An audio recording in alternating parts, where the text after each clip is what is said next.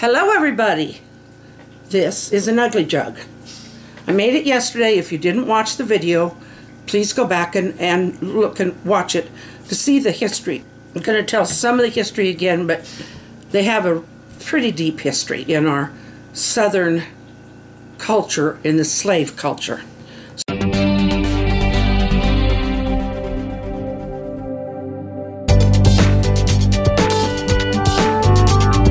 I'm going to honor this item. This is one I'm making.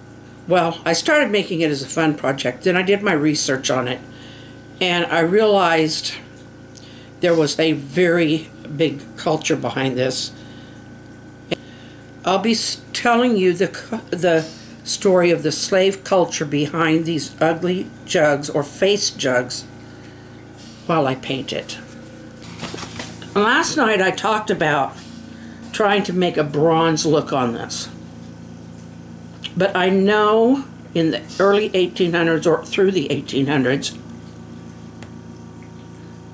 when these were originally made by slaves to mark the graves of their dead, that they could not have been that fancy. Okay. There's a couple of different theories about how these started and from which area the slaves came. But the most important thing I think that I took from it is that these were the only markers they were allowed to put on their deceased loved ones or friends' graves as slaves. They were not allowed to have tombstones or any kind of stone or marker that would have their name or anything on it. That's the history, or the theory in the history of them. But as I said, I'm doing this, I decided what I'm going to do in painting this and in finishing it off is I want to pay some honor to those who did not get to honor their dead the way that others did. They have found most of these, when they have found them, they found them mostly in North Carolina and northern Georgia.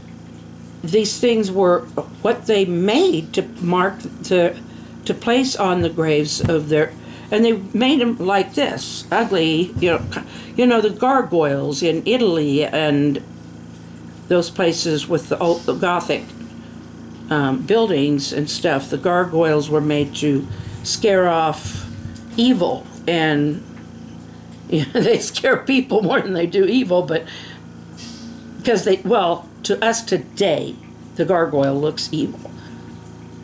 But in there, when they were originally thought of and built, they thought, well, this would scare anybody. It'll scare, I don't know what they thought, but that seems to be the way that they were done. Is they make something that will make it very unpleasant to be around. And so this is the kind of thing, and yes, I've done the whole thing in brown right now. I'm going to add into the features a little bit, but this is a basic, very basic brown, kind of a, brown tone that I've put on here to give it a base coat. Now, okay, I'll talk to you, because you are why I am doing this. Because I want to share what I've learned, and I just want to respect what I've learned as well. This project, like I said, started out to be just kind of something fun, but I like to do some kind of research. And when I researched the history of the ugly jug, I found out what it was made for. And like I said, It was the only way slaves were allowed back in the early 1800s to mark or make any kind of marker for slave graves. It is Black History Month, and that is important to this. It's from early America, early American history, and it's about slave trade and mistreatment. But I want us to remember how old slavery is. Slavery goes way back into early biblical times. And it was, I mean, I'm not going to get into all that, but slavery is very old. And I think every continent, except maybe Antarctica, I think probably every continent has been subjected to it in some way. Probably just about every race. Whether it's been by their own people and whether it's involved genocide for not being who they wanted. And it's still happening today with kidnapping and selling into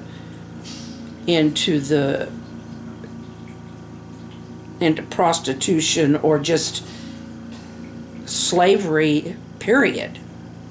And I would like to say that it's not happening in the United States at all anymore. Personally, I believe it is. I believe a lot of these people coming across thinking they're going to find this new hope, and they're not coming across legally, so they're stuck. They're promised. The people who bring them across, and they give them all these promises, and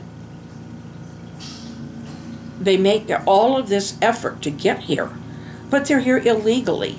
So how do they work? How do they sustain themselves?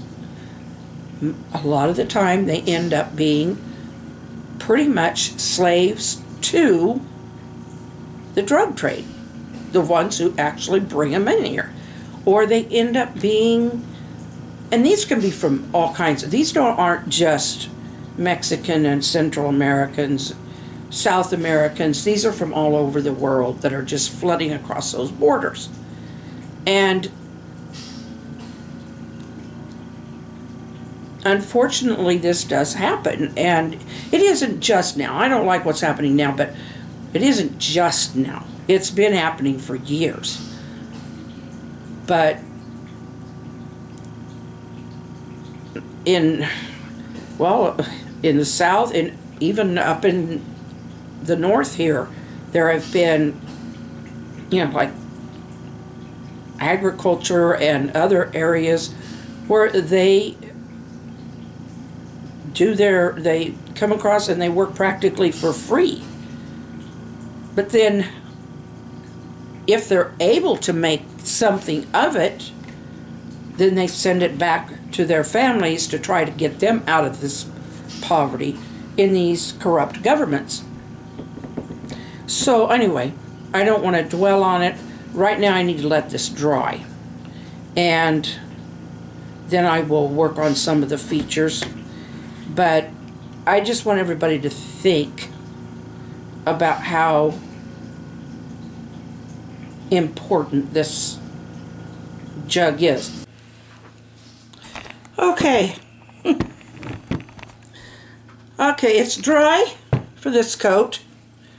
It's kind of mottled, which is what they were then, but I do have some edges down here that didn't get, they kind of show when I set it down. So I'm going to get those touched up right now.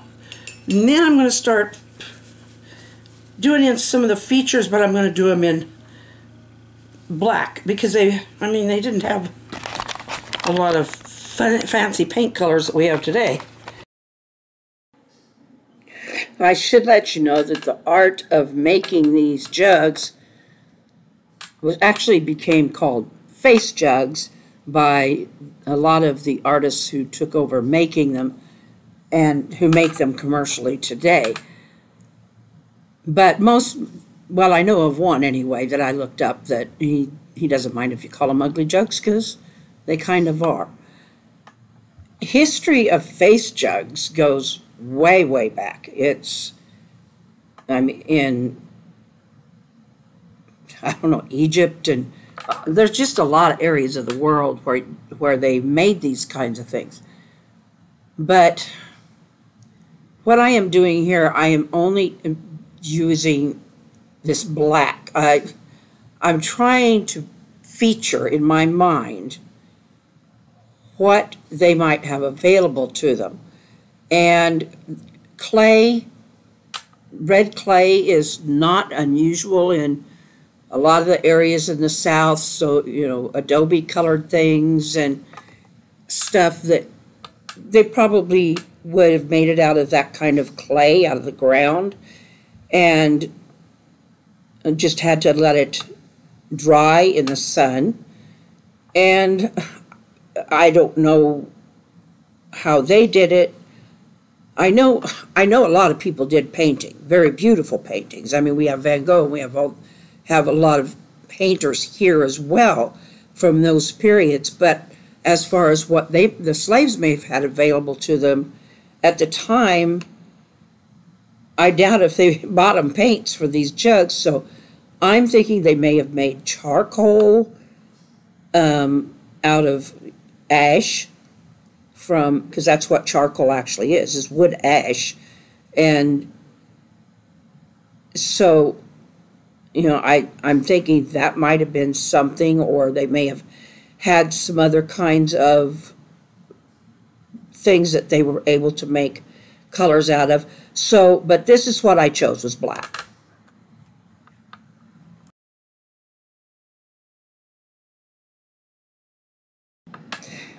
Very quickly, I am going to dry brush some yellow over all of this to give it some depth and just kind of a finish. I thought about putting on a kind of a finish, like maybe a semi-gloss or something, but I don't think so. I think I'm just going to give it a simple, just kind of a coating of this yellow to give it a finished look. And I just am liking the way this is looking. I think I'm going to that'll be the point where I stop. I'm just going to say, I made an ugly jug. And I think they have a long history. I know some of the history. I don't know all of the history. But it's been a challenge. And so well, my thing has always been smile and wave. Just reach out with a smile. A smile means so much. And just reach out with that smile and wave. Don't matter who it is, just do it. And yeah, I think that the more people reach out in some form of friendship, the less spite there will be, the less angst and hatred there will be. Maybe people will remember it, at least in this country and other places as well. We're human. We make mistakes, and some have been awful, but you know, it's us now, and the people we are now can be humane to each other. We can treat each other with respect. And we can treat each other with the kind of love that the Lord gave us. So, that's my preach for the night. Good night. I love you.